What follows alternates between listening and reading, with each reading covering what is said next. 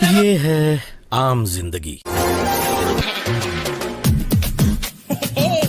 ये है मेंटोस जिंदगी। तो क्या हाल चाल है सबके भाई। आज मैं बात करने जा रहा हूँ साउथ इंडियन मूवीज के फनी एक्शन सीन्स के बारे में। आज के टाइम पे साउथ इंडियन मूवीज इतनी ज्यादा सक्सेसफुल हो चुकी हैं कि वो बॉलीवुड को भी पीछे छोड़ रही हैं, जिसमें कि शामिल है टॉलीवुड, मॉलीवुड, कॉलीवुड और सैंडलवुड। लेकिन वो कहते हैं ना, एक सक्सेसफुल एक्सपेरिमेंट करने के लिए बहुत सारे छोटे छोटे टेस्ट और बहुत सारी गलतियां होती है। ऐसा ही कुछ हुआ साउथ इंडियन मूवी के साथ, लेकिन इन्होंने समय रहते ही अपनी गलतियों को सुधारा और अपनी फिल्मों में ऐसी ऐसी क्रिएटिविटी दिखाई कि कभी कभी तो ये हॉलीवुड को भी टक्कर देते हैं। सही बात है। तो चलो भाई, और ज्यादा सीरियस ना होते हुए वीडियो में आगे बढ़ते हैं।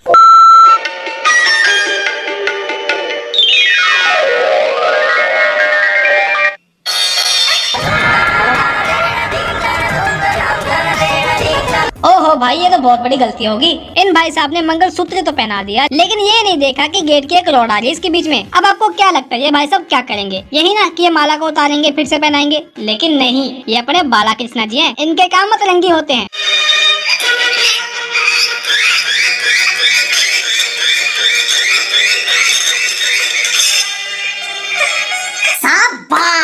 ये वही बंदा है जिसको गुंडे तो क्या, जेल की सलाखें भी रोक नहीं सकती। सही पकड़े हैं। और ये बंदा जब चाहे अपनी मर्जी से कभी भी जेल से भाग सकता है, क्योंकि लोहे की रोड तो पुरुषों को रोक सकती है, महापुरुषों को नहीं।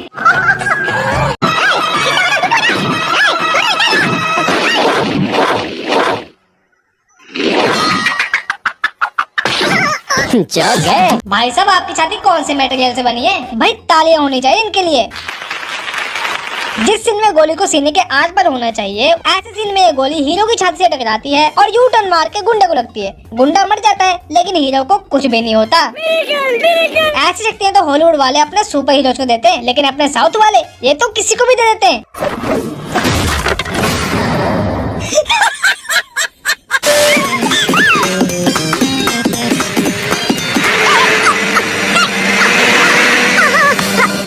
होता है कि दो अमीर बाप की लड़कियां अपनी कार लेके रोड पे रेसिंग कर रही होती हैं और रोड के ऊपर एक बंदे को टक्कर मार देती हैं। तभी एंट्री लेता है अपना हीरो, जो कि इन लड़कियों को सबक सिखाने के लिए अपनी सुपर बाइक से इनका पीछा करता है।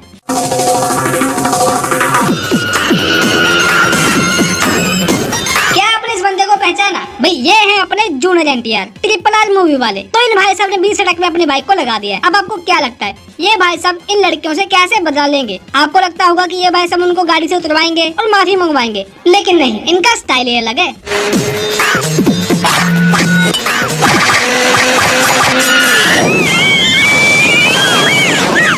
लो भाई, इन्होंने अपनी बाइक में से एक लोहे की रोड को निकाला और लड़कियों की कार की तरफ फेंक दिया। भाई साहब, ये रोड कहाँ पे छुपा के रखी थी? चलो कहीं भी छुपाई हो, लेकिन ये क्या भाई, ना तो ये रोड किसी टायर पे लगी और ना ही ब्रेक पे लगी और ना ही लड़कियों पे लगी, लेकिन ये लड़कियां उड़ कैसे गई? और ये हवा की ऊंचाइयों में जाते जाते सीधा पानी में गिर जाती हैं। बस यहीं पे हो जाता है अपने हीरो का बदला पूरा। कुछ भी। लेकिन मैं उन लोगों से माफी मांगना चाहूंगा जो इस सीन में लॉजिक ढूंढ रहे हैं। ये तो कुछ भी नहीं अपने एनटीआर साहब के लिए, ये तो इससे पहले बड़े बड़े कारनामे कर चुके हैं। इनका ये हाथ 2.5 किलो का तो नहीं है, लेकिन फिर भी इनके हाथ में चाहे पत्थर आ जाए चाहे लोहा, वो उसका चूरा बना देते हैं।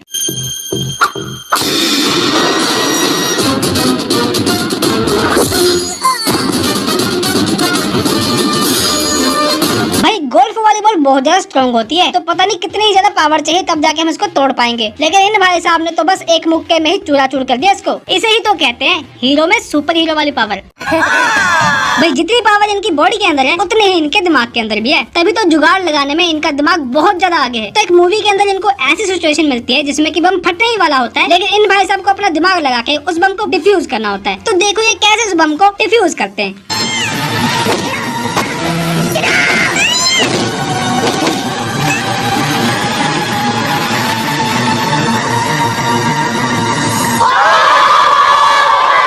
भाई साहब वाह, क्या दिमाग लगाया। इनकी जगह पे कोई और हीरो होता ना, तो वो खुद तो मरता, साथ में औरों को भी मरवाता, लेकिन इन भाई साहब ने इस वीडियो में हमको ये दिखाया कि सुसु में कितनी पावर है। अगर समय रहते इसका इस्तेमाल कर लिया जाए तो बहुत कुछ किया जा सकता है।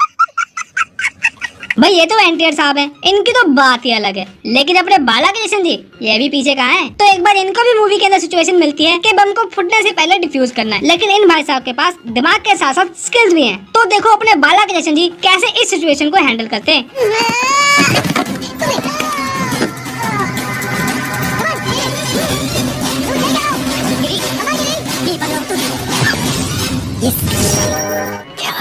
क्या निशाना है भाई साहब? ऐसा निशाना तो कोई असली की बंदूक लेके भी ना लगा पाए, लेकिन अपने बालाकृष्ण जी ये तो मुंह में गोली रख के चला देते हैं।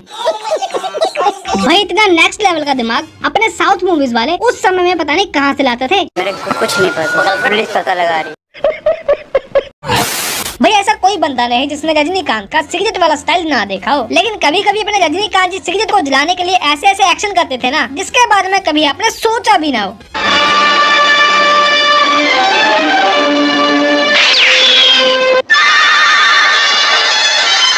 हाँ भाई कैसा लगा ये सीन? भाई इस बंदे ने बंदूक की गोली से सिगरेट को जलाया। ये देख के रजनीकांत की जेब में पड़ी हुई माचिस की तीली ये कह रही होगी अपनी तो कोई इज्जत ही नहीं है। भाई ये तो फिर भी ठीक था। अभी आपको मैं जो वीडियो दिखाने जा रहा हूँ उसको देख के आपके मुंह से यही निकलेगा। अरे भाई ये तो वही बंदा है जिसकी छाती से गोली लग के बाउंस हो जाती है। पास बताना, पास है तो चीर रख दूंगा। अरे भाई इनकी बॉडी तो स्टील से बनी थी, तो इनके हाथ पे कट कैसे लग गया पता नहीं। तो इनका मूड करता है सिगरेट पीने का, लेकिन गुंडे के पास माचिस नहीं होती। तो देखो इस सीन में अपना हीरो सिगरेट को कैसे जलाता है।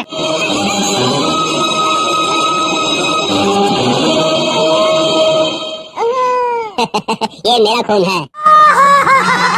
भाई ये बंदा है कि दानव, इसके खून में आग है, छाती पे स्टील है और पता नहीं क्या क्या। किसी के खून से आग कैसे निकल सकती है, ये बात तो मुझे बिल्कुल भी हजम नहीं हो रही। और अभी तो रुको, अगर मैंने मुझे बता दिया तो क्या होगा पता है? क्या होगा? भाई मुझे तो लगता है इस बंदे के पास काली शक्तियाँ हैं। कभी इसके खून में से आग निकलती है और कभी तो ये अपनी उंगली के इशारे से बंदे को उड़ा दे रहा है। बताओ। तो इसे ने अपने बालाकृष्ण जी अपनी सुपर बाइक लेकर सड़क के ऊपर भाग रहे होते हैं और इनके पीछे पड़े होते हैं इस मंत्री के गुंडे। लेकिन इतनी आसानी से अपने बालाकृष्ण जी किसी के हाथ नहीं आते।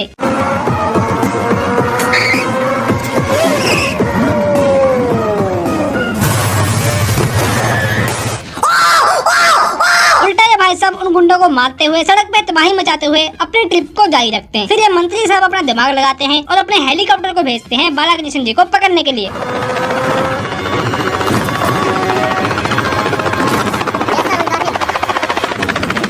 और इसमें अपने बालाकृष्ण जी हैं हवा की ऊंचाइयों में झूलते हुए। लेकिन ये भाई साहब अपने हीरो हैं, ये अपने औजार साथ में लेके घूमते हैं और देखो ये क्या करते हैं। वाह भाई साहब वाह, इसके लिए इन भाई साहब को एक सैल्यूट तो बनता है। पता नहीं कितने हजारों मीटर से ये भाई साहब गिरे होंगे, लेकिन इनको कुछ भी नहीं हुआ। अगर इनकी जगह पे कोई आम आदमी होता ना, तो भाई साहब वो ट्रेन की पटरी से चिपक जाता। सही बात है।